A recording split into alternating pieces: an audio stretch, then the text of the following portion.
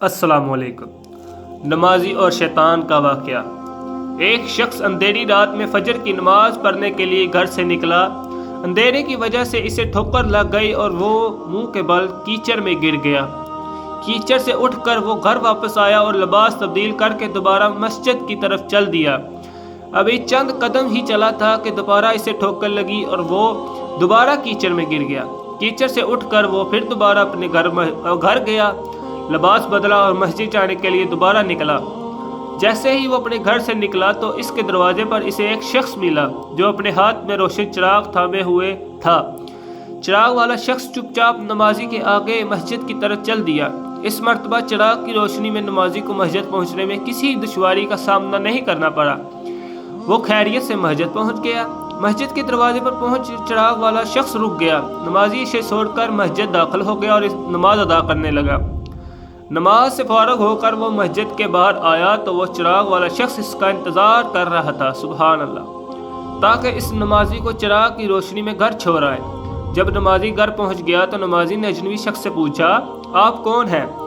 اجنبی شخص بولا، سچ بتاؤں تو میں ابلیس ہوں۔ نمازی کی تو حیرت کی انتہا نہ رہی۔ اس اجنبی کی یہ بات سن کر نمازی سوچنے لگا، ابلیس شیطان کیسے مجھے مسجد تک چھوڑ سکتا ہے؟ اس کا کام تو لوگوں کو بہکانا ہے۔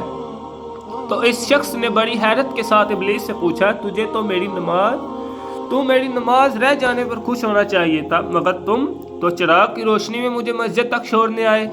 ابلیس نے جواب دیا کہ جب تمہیں پہلی ٹھوکر لگی اور تم لباس تبدیل کر کے مسجد کی طرف پلٹے تو اللہ تعالیٰ نے تیرے سارے گناہ معاف فرما دیے، سبحان اللہ۔ جب تمہاری دوسری ٹھوکر لگی تو اللہ تعالیٰ نے تمہارے خاندان کو بخش دیا، جس پر مجھے فکر ہوئی کہ اب اگر تمہیں ٹھوکر لگی تو اللہ تعالیٰ کہیں تمہارے اس عمل کی بدولت تمہارے سارے گاؤں کی مغفرت عطا فرما دے، اس لیے میں چراغ لے کر آیا ہوں کہ تم بغیر گرے مسجد تک پہنچ جاؤ۔ اس شخص نے جیسے ہی یہ بات سنی تو اس نے اللہ تعالیٰ کی بارگاہ میں اپنا سر جھکا کر اللہ تعالیٰ کا شکریہ ادا کیا۔ تو دوستو، یہ ہے ہمارے رب کی شان، سبحان اللہ، سبحان اللہ، سبحان اللہ۔ اللہ پاک ہم سب کا حامی و ناصر ہو اور ہمیں 5 وقت کا پکا اور سچا نمازی بنائے۔ اللہ پاک ہم سب کا حامی و ناصر ہو۔ خدا حافظ۔